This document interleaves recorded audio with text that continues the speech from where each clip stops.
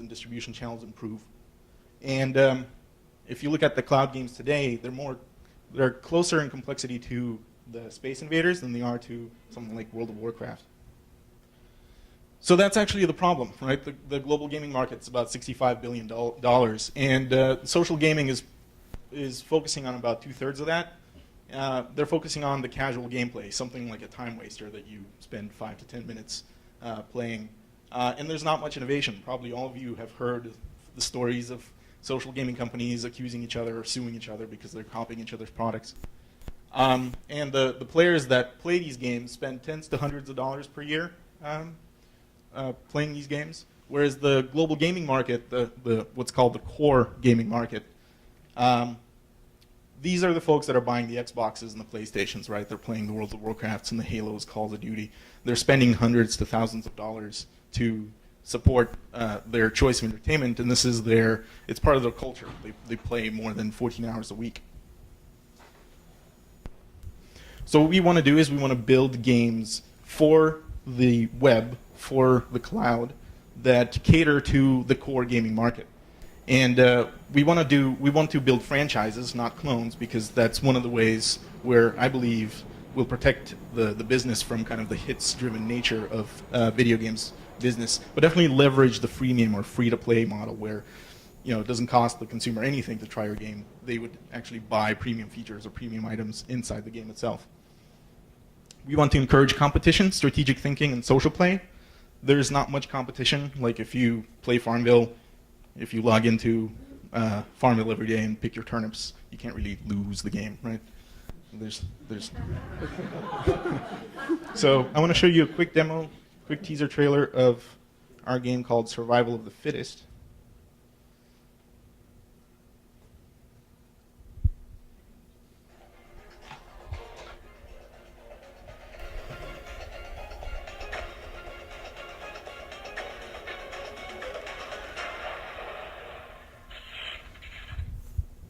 Alrighty, so this is a one-on-one fighting game. Let me squeak back. It's a one-on-one fighting game that's currently in open beta. I'm actually happy to announce that we just recently signed a global distribution contract with a publisher, so we're very close to launch. But it would be the first live action player versus player fighting game on Facebook when it launches.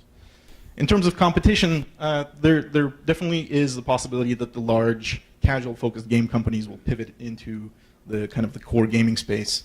But then again, that's also a great opportunity as a target of acquisition.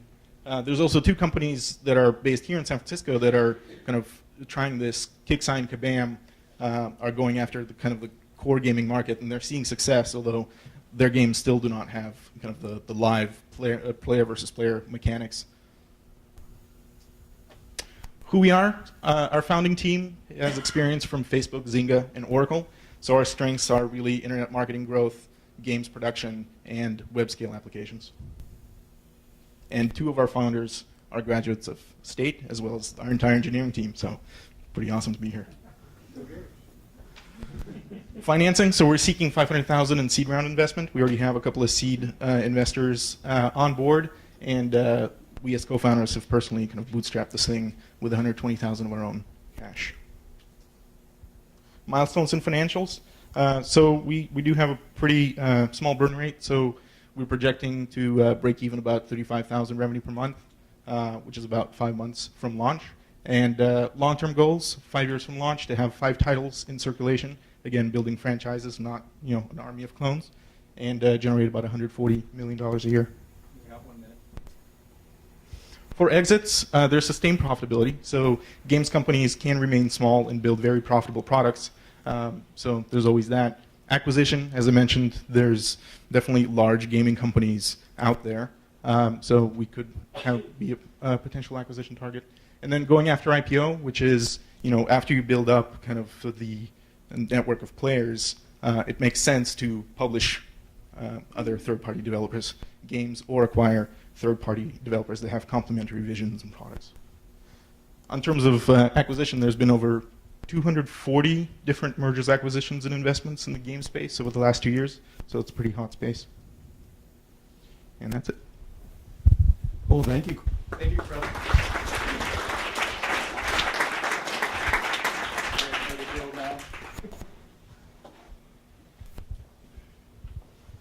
So just so everybody knows, I have been told we have a hard stop at 5.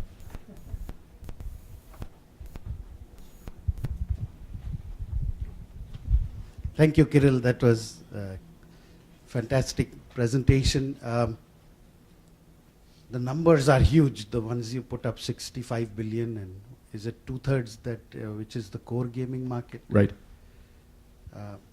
But lots of competition, as you pointed out, with the casual gamers might be coming into this. I saw EA up there, but what about the biggies like Sony and Nintendo and Microsoft? Are there any barriers to them getting into this? Not specific barriers. Well, the video game space is kind of interesting because the barriers to entry are very low, right? I'm not in the search space, so I don't need to out Google, right? I just need to make a game that's fun.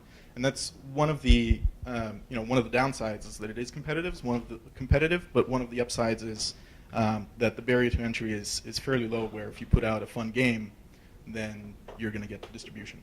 And taking the step of going with an established kind of leading publisher in the space, at least in the short term, that's where I'm kind of hedging against issues with distribution and other kind of biggies in the space. Right, and then these games have a life of a few years, and you have to keep up the creativity end of it. So you have to continuously think about embellishing the game and enhancing it, or getting Right. into new types of games. Right, and that's you're hitting on all the points, but that's the other kind of risky side of this business is it's hits driven, right? So you can't have a product that will sustain you forever. So you're gonna have to keep generating new products. But something that I found that was pleasantly surprising to me is that pretty much every college kid loves playing games, right? So when I was hiring for the startup, I got so much response from great folks because they love playing games. It's something they're passionate about. So having access to good talent that is also passionate about what they're doing, I think kind of helps mitigate against that kind of hits-driven business. Thank you. Quick question. You said you could get to profitability with 25,000 daily active users. Right. So with that number of DAUs, is that one game or is that 2 games in your projection? In terms of Is titles that launched, 25,000 DAUs on a single game. Yeah. Yes. Yeah. So then you also said you're going to get to profitability after 5 months. So that 500,000 that you would raise would be to create one game and distribute it, which you're already doing with your publisher, right? Right. So that's already been done. I mean, that's Yeah. the bootstrap part. The 500,000 is to kind of support the launch and start development on future products as we solidify kind of the revenue flow. Okay. Yeah, it's like everything looked great. Like the actual game itself looked a lot more interesting than probably like 10 out of 10 games I've seen in the last like 6 months on Facebook. I just the outlook on how you were gonna hit profitability and the measures. I don't know if those sounded as solid to me, just because I've been involved in a company that ended up selling to Zynga because they couldn't make their model work. There were ex-Harmonix guys creating great, not core gaming, but sort of music console gaming, right? Sure. But bringing that into the Facebook environment. And it gets to a point where even when you're at 20,000 users, it gets more and more expensive because you're constantly trying to do a feature race. People will clone you. And so I just didn't know if the 500K mark was really realistic. I think you may want to even think about raising for a longer roadmap. But I think your core product, the vision for core gaming versus like kind of, I think lame casual gaming is much more like the core game itself is compelling without the social hooks. Right. The social hooks and the synchronous gaming is really cool. But I just feel like if you're going to raise money and you have an engineering path to get this done, that you should probably be thinking about raising more. I think it's unrealistic to think that you could do it with 500K. You'd be going back to the well while you're still trying to grow your metrics, and you'd be caught between a rock and a hard place, even if you're doing well, like you think you're going to do well. Right. Thanks for the view. So, to be honest, I wasn't really clear on what you guys are going after. I'm a huge gamer, and my, I hardcore gamer, whatever. And I spend the thousands a year, easy, stupid amount of shit. I don't even know what I buy, but Same boat. Same here. every once in a while I filter those emails by Microsoft, and I'm like, oh my god. And my mom plays the stupid Facebook games, and I see the value of both of those, and I almost feel like you're like in the middle, but you didn't prove the market for the middle. That's my first comment. My second one is that I going back to what both these guys talked about in cloning, like what's to keep you from getting cloned, or what IPO, what piece, what are you guys bringing to the table that nobody else can bring that's gonna make you, because you don't have the resources that Zynga has. So, if you guys do launch something and it's great, they could turn around something very fast and execute that same, and already have the distribution platform to get it out to millions of consumers. So what do you guys have to keep to fend that off, one, and then ensure that you keep that going forward? Sure. So it is a complex kind of subject, because there really is no protection from getting cloned.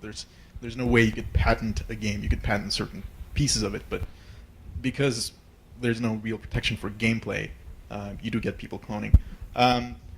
This game itself, the one that I demoed, is definitely kind of our, the crawl step, right? The founding team is Facebook and Zynga, so we built for Facebook and Flash. Basically, this is what we know. What I believe is the web as an application platform is moving towards a place where it's going to rival any OS you have on your browser. Like, for example, Google's Chrome has announced that they're going to start building hooks that would tie into graphics acceleration on the platform. Flash 11 announced the same thing, right? There's HTML5 has provisions where that's happening. So long-term strategy is to start creating games that kind of are at the level of traditional desktop games or console games, which increases production values, which makes it harder for competitors to clone. In the short term, of course, as I mentioned, going with an established distribution partner, one of the leading partners, I can't mention their name, but they're one of the biggies, will help us kind of attain that distribution that we need very quickly, and kind of start building our brand as the company and the franchise of this particular game to try and maintain that customer loyalty. So unfortunately, I think we're going to have to call it at that. Sorry, Chris. But thank you, all of our entrepreneurs and our panel. It's been a wonderful session.